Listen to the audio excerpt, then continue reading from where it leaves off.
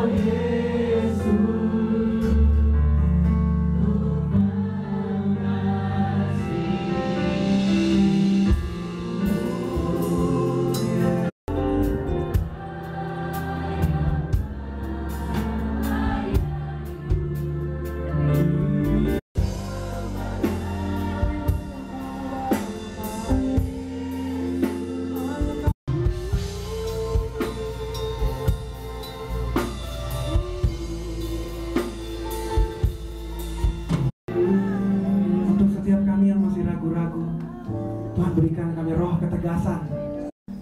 Khawatir, kami takut akan penyertaan Tuhan, akan janji-janji Tuhan yang sampai saat ini kok masih belum kelihatan, masih belum ada jawaban.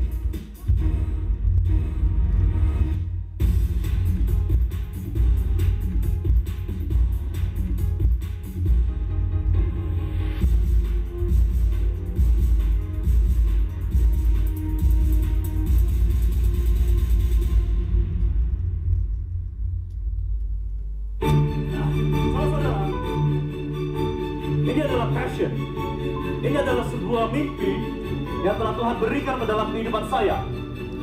Tapi dibutuhkan sebuah waktu, sebuah proses yang Tuhan berikan, yang Tuhan izinkan, yaitu selama lebih kurang 10 tahun sebelum Tuhan mengizinkan saya untuk menjalankan apa yang saya jalankan sekarang ini. Tapi saya katakan pada saudara, bahwa ketika kita menjalankan mimpi kita, hidup kita akan terasa lebih berbeda. Hidup kita akan terasa lebih terarah, dan lebih terasa lebih memiliki sebuah tujuan. Tetapi bukan berarti bahwa kita akan memiliki sedikit, bukan berarti bahwa tantangan itu akan berkurang, tetapi kemungkinan tantangan itu akan bertambah. Tapi satu hal yang pasti saudara-saudara, saya mengatakan, apapun yang saudara lakukan, jangan pernah memberikan limitasi atau batasan-batasan dalam kehidupan saudara. Saya nggak tahu kepada siapa saya berbicara pada hari ini, tapi saya merasa ada yang membutuhkan pesan ini saudara-saudara. Tapi dekat ya. Oke, yang ini masuk ke sini.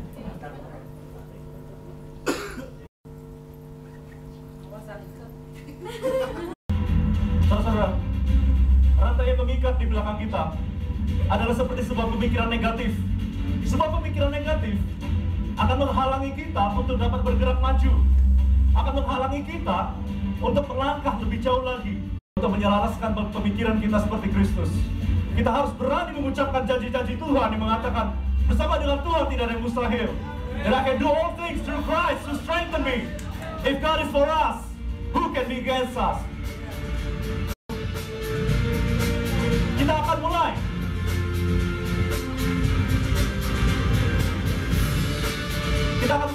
merasakan sesuatu yang berbeda. Ingat saudara-saudara, bahwa kita semua diciptakan sebagai seorang pemenang. Kita bukan diciptakan sebagai seorang tawanan. Berarti nggak? Saudara-saudara, tapi masih banyak dari antara kita. Ini kok sudah lepas ya. Saudara-saudara, mungkin, oke, mari kita beri tepuk tangan dulu. Apakah kita sudah siap untuk menerimanya?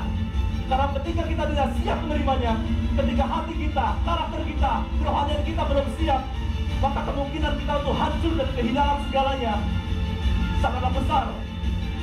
Dan kemungkinan kita akan jauh daripada Tuhan Allah kita. Oleh jatuh, kita bangkit kembali dan kita belajar dari kesalahan tersebut.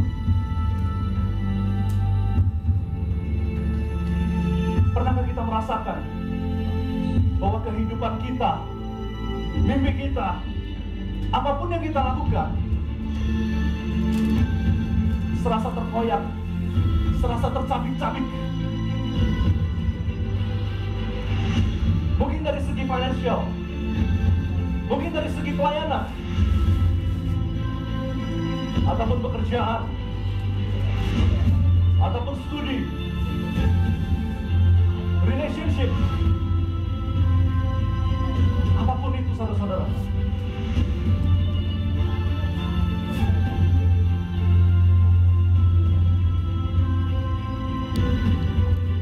Ketika kita merasakan kehidupan menekan kita dan mendorong kita jatuh, kita mempunyai dua pilihan. Apakah kita akan membiarkan situasi kita dan orang lain mengatakan bahwa kita tidak mampu? Apakah kita akan membiarkan orang lain yang mengontrol kehidupan kita, yang mengontrol kebahagiaan kita? Ataukah kita akan bangkit kembali dan berjuang? Kalau kita sudah siap untuk bangkit dan berjuang bersama dengan Tuhan, maka saya ingin katakan pada saudara, bersiaplah.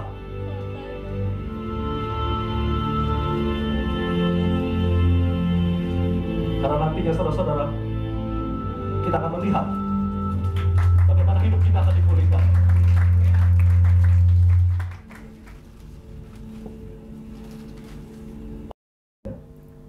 Yang kesatu ya.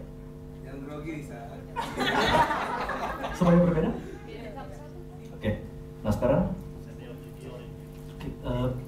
ambil salah satu, ya. Tapi diambil jangan dilihat dan langsung ditutup, langsung berikan pada saya. Oke? Jadi dia bisa ntar pengen.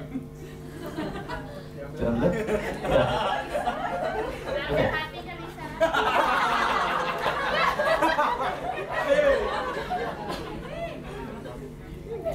Oke, bisa musiknya.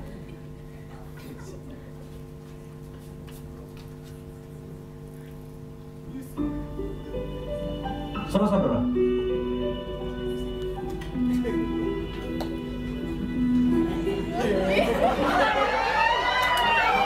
kita semua diciptakan adalah unik. Kita semua diciptakan berbeda. Dan Tuhan tidak pernah memanggil kita secara kebetulan. Tuhan tidak pernah memanggil kita secara tidak sengaja.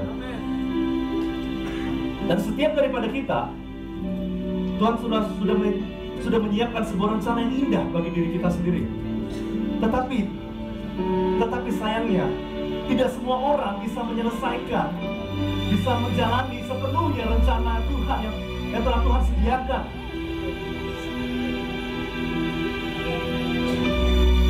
Karena banyak dari kita yang menyerah di tengah jalan. Banyak dari kita yang berhenti sebelum rencana ini selesai, sebelum rencana ini komplit. Padahal saudara-saudara, Tuhan sudah menyiapkan yang terbaik buat kita. Bisa Anda bayangkan, kalau sebenarnya yang kita butuhkan hanyalah satu potongan puzzle lagi. Yang kita butuhkan hanyalah satu tantangan lagi, satu ujian, satu cobaan yang harus kita lalui. Mungkin kita akan mengalami sebuah terobosan dalam 1 bulan, 1 minggu, atau bahkan 1 hari lagi. Sebelum pada akhirnya rencana Tuhan menjadi sempurna dalam kehidupan kita. Saudara-saudara, yang saya ingin katakan adalah belajar untuk menyelaraskan pikiran kita seperti Kristus. Belajar bersabar setiap pada hal-hal kecil. Kita bangkit kembali ketika kita jatuh. Dan kita jangan menyerah. Dan saya yakin kehidupan kita akan berubah. Kita akan menjadi dampak, bukan dampak yang gelap, bukan dampak yang negatif. Tapi saudara-saudara, kita akan menjadi sebuah dampak yang terang, sebuah dampak yang positif. Dalam nama Tuhan Yesus. Bersama dengan saya Raymond Shaw, saya ingin mengucapkan selamat malam dan Tuhan berkati. Yang ketiga, jujur saya angkat topik, mudah-mudahan ini tetap terus. Biasanya pengisi acara itu nggak dengar khotbah. Ya, biasanya pengisi acara itu nggak dengar khotbah. Entah itu penyanyi, entah itu pesulap atau yang lain. Habis melakukan tugasnya, ambil amplop pulang.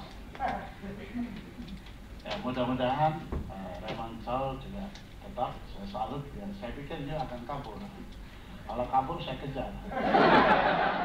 Maaf, orang kadangkala melihat hasil bukan proses. Orang-orang Indonesia meniadakan proses, tapi melihatnya cuma hasil.